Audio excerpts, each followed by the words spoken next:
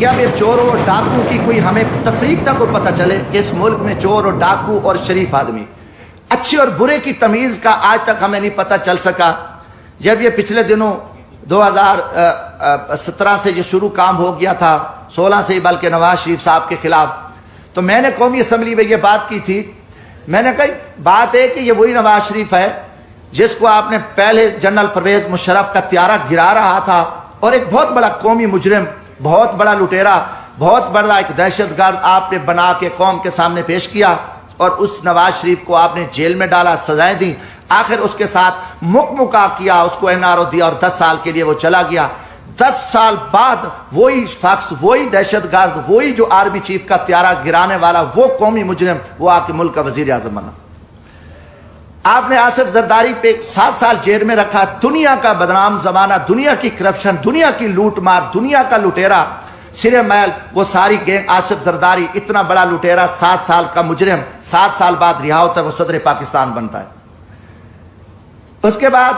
پھر یہ فارمولا کہ نواز شریف نے وہ میمو گیٹس ہوں، وہ ڈان لیکس ہوں، ملک دشمن، اس نے مودی کے ساتھ دوستی لگائی، اس نے افواج پاکستان کے خلاف سازش کی، اس نے جندال کے ساتھ بیٹھ کے افغانستان میں سکریپ کا سودا کیا، راستے میں اس کی گاڑیاں بارڈر پہ پکڑی گئیں، ان کو بڑا کچھ کیا، اور اس کے بھائی کے اوپر شہباز شریف، اس کی بیٹی، ان کے بھتیجے، سب قومی مجرم ڈکلیئر ہوئے، جنہوں نے اساس اداروں کے قومی راز امریکن کو دیے، مودی کو دیے، ان کی نواسی کی شادی میں اس نے شرکت کی، اس کو، اور اربوں کا وہ مجرم ہے۔ اب اس کو آپ پکڑ لیتے ہیں، اچانک وہ مجرم، اس کی سپریم کورٹ بیٹھتی ہے، سزائیں ہو جاتی ہیں، نائل ہو جاتے ہیں، وہ بیمار ہوتا ہے، اس کو ماضی کی طرح بھگا دیتے ہو۔ اب ان کے پورے وزیر مشیر، آپ دیکھیں کہ شہباز شریف ضمانت پہ، وزیر داخلہ جو رانا ثناء اللہ صاحب ہے، اس کو کس نے پکڑا؟ ENF نے، اینٹی نارکو ٹیکس نے، اس کو فوجیوں نے پکڑا، اس کے اوپر 15 کلو ہیروین کی FIR، وہ ضمانت پہ، وہ وزیر داخلہ ہے۔ یہ سارے پکڑے گئے، مجرم تھے۔ مجرموں کے بعد آپ دیکھیں 3.5 سال بعد یہ سارے مجرم پاک ہو گئے، ساری چیزیں ختم ہو گئیں، اچانک مکمکا ہوتا ہے، اچانک سودے بازی ہوتی ہے، اچانک عدم اعتماد آ جاتا ہے، اور وہ سارے چور لٹیرے جو افواج پاکستان کے خلاف گالیاں دینے والے، قومی راز دینے والے، پاکستان کو لوٹنے والے، وہ گینگز آ کے وہ وزیر اعظم بھی بن جاتا ہے، شہباز شریف، اس کی پوری ٹیم بھی آ جاتی ہے، اب نواز شریف بھی پاک ہے۔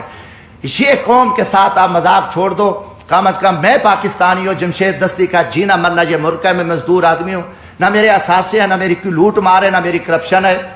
میں پاکستان کی عزت کے لیے، اس ملک کی بقا کے لیے میں بولوں گا، چاہے وہ کوئی جرنل ہو، فوجی، چاہے وہ عدلیہ کا چیف جسٹس ہو، چاہے وہ کوئی سیاستدان ہو، یہ ہمارے اوپر ایمانی ذمہ داری ہے، اللہ کا حکم ہے کہ آپ سچی بات کو جو ہے نا آپ نہ چھپاؤ۔ تو یہ میں ضرور بات کروں گا۔ اب قوم سمجھ چکی ہے کہ کھیل کیا کھیلا جا رہا ہے، اب اس کا کوئی جواب دینے کو تیار ہے۔ جب آپ کل ان کو چور ڈاکو کہہ رہے تھے، آج ان کی وضاحتیں کر رہے ہو، وہی جسٹس جو آج ماشاءاللہ ہمارے چیف جسٹس عمر عطا بندیال صاحب کل انہی بینچوں میں ان کو سزائیں دے رہے تھے، انہی کو مجرم ڈکلیئر کر رہے تھے، انہی کے اوپر حکم چل رہے تھے، آج وہی چیف جسٹس رات کو بیٹھتے ہیں اور ان کو پاک کر کے، کلیئر کر کے اور سارا کچھ کر کے کہتے ہیں جی صاف ہے۔ اب یہ چیز نہیں چلے گی۔ پہلی بات ہے کہ دیکھیں، ہم غریب طبقے کے لوگ ہیں، ہم لاشیں اٹھا رہے ہیں، ہم لوگوں کی خدمت کر رہے ہیں۔ میں وہاں بھیک مانگ کے غریب مزدوروں کے بچوں کے لیے، جہاں عورتوں کو ذبح کیا جاتا تھا، جہاں جگیرداروں کے ڈیرے پہ غریبوں پہ کتے چھوڑے جاتے تھے، وہاں ایک میں شخص نے جدوجہد کر کے ہم محنت کر رہے ہیں، لاشیں اٹھا رہے ہیں، دریاؤں میں کھڑے ہیں، ہم سراؤں میں بیٹھے ہیں، ہم محنت کر رہے ہیں۔ اب ہم سے لوگ پوچھتے ہیں کہ بھائی آپ کی کسی GHQ سے دوستی ہے؟ آپ پاگل ہو؟ آپ GHQ سے دوستی ہے تو آپ آ سکتے ہو، ورنہ یہاں آپ کی جو عوامی خدمات ہے وہ نہیں ہو سکتی۔ یہ لوگ اب عام آدمی بھی ہمیں چراوا بھی کہتا ہے، میں کہ بھی ہم تو یار عام غریب لوگ ہیں، ہم تو غریبوں کے جوتے اٹھا سکتے ہیں، ہم کسی جنرل کے جوتے نہیں اٹھا سکتے، وہ بڑے جوتے ہیں، وہ بڑے لوگ جوتے اٹھا سکتے ہیں، جمشید دستی کیا کر سکتا ہے؟ آج آپ نے سیاست کو تباہ کر کے رکھ دیا۔ آج وہ پیپلز پارٹی، وہ بھٹو کا نظریہ تھا، آج آصف زرداری اسٹیبلشمنٹ کے آگے لیٹا ہوا ہے۔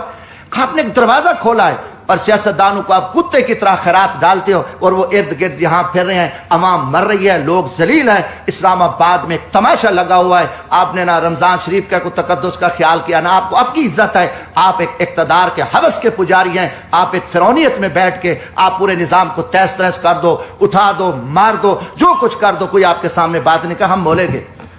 ہم ضرور بولیں گے، ہم نہ کسی جنرل کے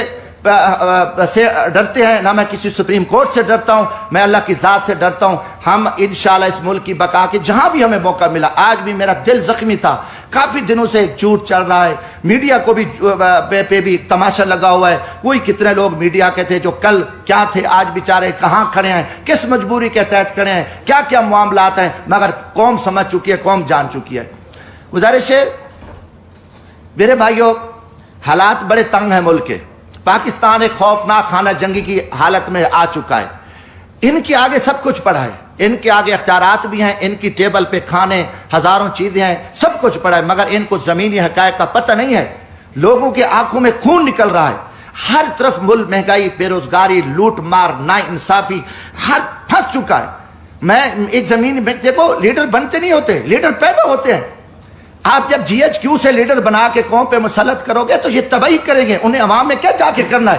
انہوں نے تو لوگوں کو ذبح کرنا ہے، نہ ورکر کلاس بچی ہے، نہ کوئی چیز بچی ہے، سب کچھ آپ نے تہس تہس کر دیا۔ زمینی حقائق کچھ اور ہے۔ میرا تعلق ایک جھاڑو والے طبقے سے ہے، ایک ریڑھی والے، رکشے والے، ایک ہاری طبقے سے ہے۔ میں عوام میں دیکھ رہا ہوں کہ عوام میں جو لاوا پک چکا ہے، وہ ٹھیک ہے، آپ کا خوف ہے، آپ کا دبدبہ ہے، آپ کا تھانہ ہے، آپ سے ڈرتے ہیں، مگر اس کا انجام خوفناک ہوگا۔ پاکستان ایک خانہ جنگی کی حالت میں، آپ کو پتہ بھی نہیں ہے کہ ملک کے کیا حالات بن چکے ہیں۔ آپ بند کمروں میں بیٹھ کے، فرعونیت میں بیٹھ کے، آپ سب چوروں کو، لٹیروں کو، کرپٹ، ہم آپ سے پوچھیں گے، یہ سوال میں جی ایچ کیو سے بھی کرتا ہوں کہ یا کل یہ چور، ڈاکو، لٹیرے، بدماش ہیں تو پھر ہم چوریاں کرتے ہیں، ہم ڈاکے مارتے ہیں، ہم لوٹتے ہیں، پھر یہی طریقہ ہے کہ جب سب لٹیرا، ڈاکو، ملک دشمن، ملک کا وزیر اعظم بنے، ملک کے وزیر بنے، عہدے بنے، تو پھر یہی طریقہ صحیح ہے۔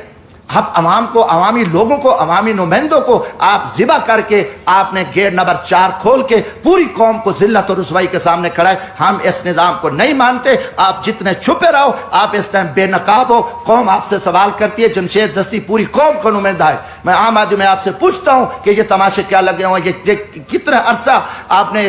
یہ تماشے لگا کے آپ پاکستان کو بند گلی میں دھکیل دیا ہے۔ دوسری چیز ہے، میں کسی کا وکیل نہیں ہوں، جس طریقے سے آپ نے اس وقت